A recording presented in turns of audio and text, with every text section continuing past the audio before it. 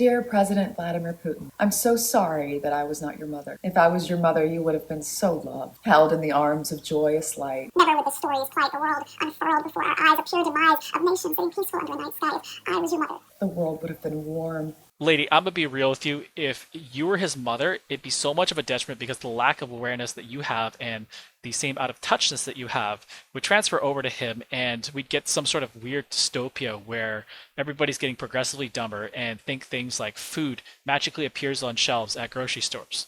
But I guess you wouldn't starve, right? Because you actor types seem to always survive off exposure. I'm gonna break my usual video format because, well, unfortunately everybody's talking about this, and I wanted to avoid talking about it because I don't know anything about geopolitics. I could care less. I feel like a lot of people who are overtly political in either case is just very deranged and unhinged. Like they're essentially a spokesman because they think it grants them power. I think it's just incredibly idiotic. But a lot of people that are getting suggested to me keep talking about it and keep having these wrong, misinformed takes. So I figured, why not? I'll give it a try. I'll read some headlines, have some really ignorant takes, and see how the algorithm eats it up, because it seems to be all the people who are really, really dumb seem to always fail forward. And, you know, I guess I can't fight the YouTube algorithm. I can't make quality content, so I have to keep making garbage like this. So just know that I thoroughly do not enjoy doing this. I'm just doing it to see what happens. So let's go. So to start, let's talk about the sanctions from the most trusted source in news, CNN. First, the EU. They're going to target Russia's finance, energy, and transportation sectors. They're going to do this by hitting their banking sector of state-owned companies to make it impossible for Russia to, find any sort of financing to upgrade their oil refineries. And then two, they're going to target Russian elites that are essentially curbing deposits so that they can't hide money in safe havens around Europe. Actually, that last part doesn't sound too bad. I think they should actually expand the policy. I don't think they should just target Russian citizens. Who knows who else you might find. Taiwan joined in as well because apparently, no surprise, some island nation that's not really part of NATO is sitting in solidarity with Ukraine.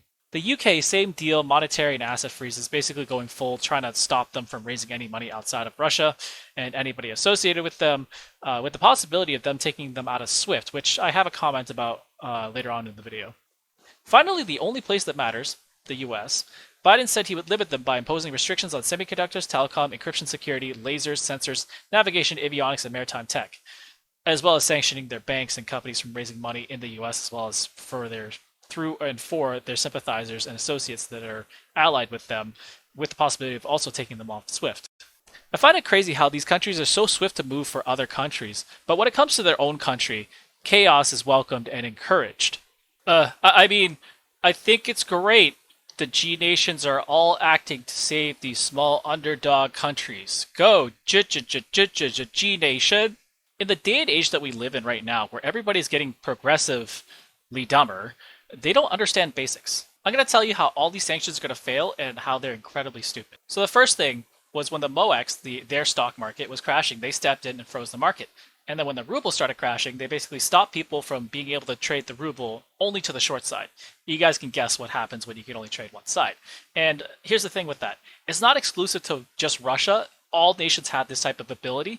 Look up the Swiss unpegging crisis. And honestly, if you're one of the Russian oligarch elites, I don't think any of these G nations are going to do anything to you based on their rules. They have a ton of land with a lot of raw materials that are not being mined currently. A great example of this is electric vehicles require EV batteries. Those EV batteries require platinum and palladium. Where do you think most of the platinum and palladium come out from? And despite what the West thinks about us having more advanced tech and some of the most skilled programmers and hackers in the world, which I haven't seen a lot of real innovation in a while, but that's just my opinion, but we like to make fun of it over here because of national pride. But I think that's a dangerous hubris to have, especially when it comes to this opponent, and I don't think you should underestimate them. In terms of trade bans, Russia doesn't need you. They're fine on their own.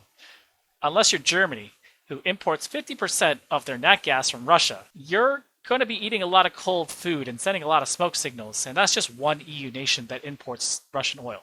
So it's absolutely cute that, you want to financially sanction them and punish them while still importing their oil. And here's another interesting geographical fact. Did you know that the EU nations don't really have a breadbasket, and they basically import a lot of Russian wheat? Lastly, the whole SWIFT thing. If only there was a technological innovation where there was a Russian individual that was working at a form of money and a payment system.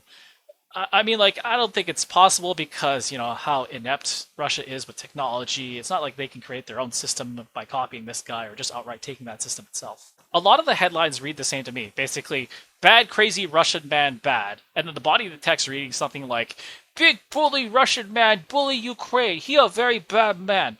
Stuff like that will get 10,000 times more clicks and views than I ever will if I was to write the headline and the body of the text, because the headline would read something like, the sanctions imposed on Russia are not effective. And the body of the text will write, because Russia isn't exactly a consumer economy, it's instead more self-sustained, and you need them more than they need you. I get that the algorithm will probably never push me to trending because I'm not a good-looking white ass kisser, blah, blah, list of reasons, all that sort of stuff.